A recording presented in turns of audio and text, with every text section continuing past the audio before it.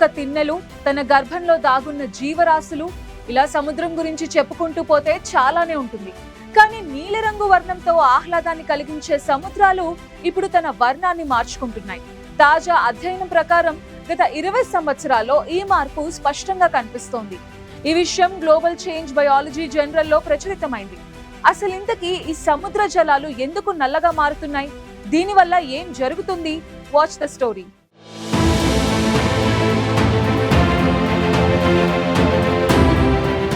భూమి ఉపరితలంలో దాదాపు 71% సముద్ర జలాలతో నిండి ఉంది. అంటే 7 కోట్ల చదరపు కిలోమీటర్ల విస్తీర్ణం సముద్రాలే కప్పేస్తున్నాయి. ఈ సముద్రాలు కేవలం నీటి నిల్వలు మాత్రమే కాదు, మన గ్రహం, జీవ వైవిధ్యం, వాతావరణం, ఆహార వనరులకు ఎంతో కీలకమైనవి. సముద్ర జలాలు ఆక్సిజన్ ఉత్పత్తి చేస్తాయి, కార్బన్ డయాక్సైడ్ను గ్రహిస్తాయి, వాతావరణాన్ని సమతుల్యంగా ఉంచుతాయి. కానీ ఇప్పుడు ఈ సముద్ర జలాలు నలుపు రంగులోకి మారిపోతున్నాయి. అయితే సముద్ర జలాలు నీలిరంగు నుంచి నలుపు రంగులోకి మారడంపై పరిశోధకులు అధ్యయనం చేశారు. ఈ మార్పునకు ప్రధాన కారణం వాతావరణ మార్పులు, మానవ కార్యకలాపాలేనని పరిశోధకులు చెబుతున్నారు. సముద్ర జలాల్లో ఫైటో ప్లాంక్టన్ అనే సూక్ష్మజీవులు ఉంటాయి. ఈ ఫైటో ప్లాంక్టన్ సముద్ర జలాలకు నీలి లేదా ఆకుపచ్చ రంగును ఇస్తాయి, ఎందుకంటే అవి క్లోరోఫిల్ను కలిగి ఉంటాయి. కానీ వాతావరణంలో ఉష్ణోగ్రతలు పెరగడం, సముద్ర జలాల్లో ఆమ్లత్వం పెరగడం వల్ల ఈ ఫైటో ప్లాంక్టన్ సంఖ్య తగ్గిపోతోంది. ఫైటో ప్లాంక్టన్ తగ్గిపోవడంతో సముద్ర జలాలు నలుపు రంగులోకి మారుతున్నాయి. అంతేకాక సముద్రంలో కరిగిన కార్బన్ స్థాయిలు పెరగడం, కాలుష్యం, ప్లాస్టిక్ వ్యర్థాలు కూడా ఈ మార్పునకు కారణమవుతున్నాయి.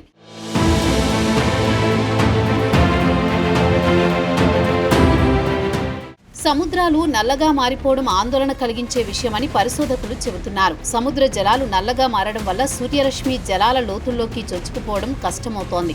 సూర్యకాంతి లోతుల్లోకి చేరకపోతే ఫైటో ప్లాంక్టన్ ఫోటోసింథసిస్ ప్రక్రియ దెబ్బతింటుంది. ఫైటో ప్లాంక్టన్ తగ్గిపోతే సముద్ర ఫుడ్ చైన్ మొత్తం దెబ్బతింటుంది. చేపలు, ఇతర సముద్ర జీవులు, మానవుల ఆహార వనరులపై కూడా ఈ మార్పు ప్రభావం చూపుతుంది. అంతేకాదు ఫైటో ప్లాంక్టన్ భూమిపై ఆక్సిజన్ ఉత్పత్తిలో దాదాపు 50% వాటాను అందిస్తాయి. అవి తగ్గిపోతే మనం పీల్చే గాలి నాణ్యత కూడా దెబ్బతింటుంది. సముద్రాలు నల్లగా మారడానికి కారణమైన వాతావరణ మార్పులను నియంత్రించడం చాలా ముఖ్యమని పరిశోధకులు చెబుతున్నారు. కార్బన్ ఉద్గారాలను తగ్గించడం, పర్యావరణ హితమైన ఇంధన వనరులను ఉపయోగించడం, ప్లాస్టిక్ వినియోగాన్ని తగ్గించడం లాంటి చర్యలు తీసుకోవాలని సూచిస్తున్నారు.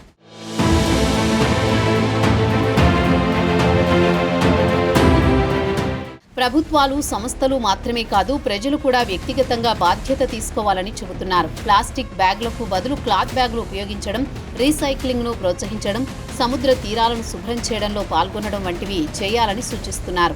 2003 ఏడాది నుంచి 2022 ఏడాది దాకా అంతర్జాతీయంగా పలు ఉపగ్రహాల నుంచి సేకరించిన డేటాను సంఖ్యాశాస్త్ర నమూనాలతో సరిపోల్చి ఈ పరిణామాన్ని కనుగొన్నారు. వేడినిచ్చే సూర్యకాంతితో పాటు చల్లని వెలుతురునిచ్చే చంద్రకాంతి సైతం పరోక్షంగా సముద్ర జీవుల జీవ వైవిధ్యాన్ని కాపాడుతుంది. లోతైన సముద్ర జలాలతో పాటు తీరం వెంట జీవుల ఉనికికి ఈ రెండు కాంతులు ముఖ్యమే. అలజడులు లేని ప్రశాంతంగా ఉన్న సముద్ర జలాల్లో తేటగా ఉన్న సందర్భాల్లో సూర్యకాంతి చాలా లోతు దాకా వెళ్ళగలదు. కానీ గత 20 ఏళ్లలో గమనిస్తే ఆఫ్రికా ఖండం అంత పరిమాణంలో, అంటే 9% సముద్ర జలాల్లో సూర్యకాంతి చొచ్చుకు వెళ్లే ప్రాంతాలు బాగా తగ్గిపోయాయి. ఇక్కడ గతంతో పోలిస్తే సూర్యకాంతి 50 మీటర్ల తక్కువ లోతుకే వెళ్లగలుగుతోంది. మరో 2.6% సముద్ర జలాల్లో సూర్యకాంతి వెళ్లగలిగే లోతు ఏకంగా 100 మీటర్లు తగ్గిపోయింది.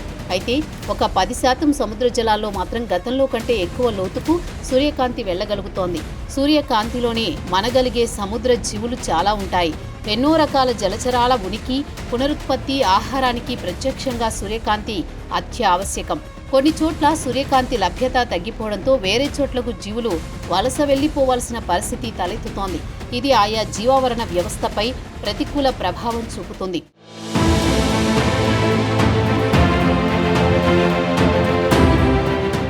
పర్యావరణానికి సంబంధించిన ఎన్ని దేశాల్లో ఎన్నెన్ని కఠిన చట్టాలు ఉన్నా అవన్నీ కాగితాలకే పరిమితమవుతున్నాయి.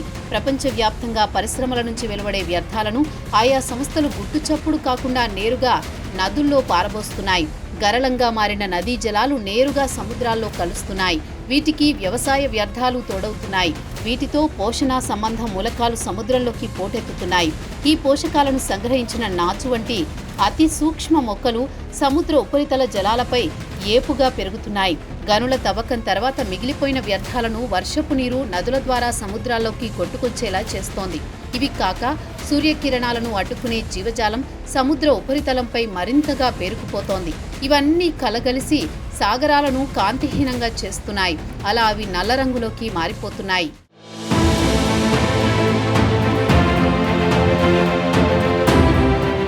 లోతైన సముద్రాల వద్ద సూర్యకాంతి తగ్గిపోయి ఆహార లభ్యత కృషించడంతో దిక్కులేని పలు రకాల జలచరాలు తీరాలకు చేరి అక్కడి జీవులతో కలిసి ఆహారం కోసం పోటీ పడుతున్నాయి.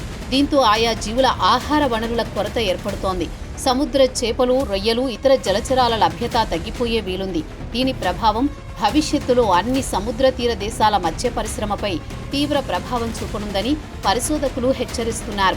లోతైన సముద్ర ప్రాంతాల్లో సూర్యకాంతి చొచ్చుకుపోయే సామర్థ్యం మరో 50 మీటర్లు తగ్గిపోతే అక్కడి జీవులు తమ ఆవాసాలను సముద్ర తీరాలకు మార్చుకుంటాయని, అప్పుడు యావత్ సాగర జీవావరణ వ్యవస్థలో శాశ్వత మార్పులు సంభవించే ప్రమాదం దాపురిస్తుందని హెచ్చరించారు.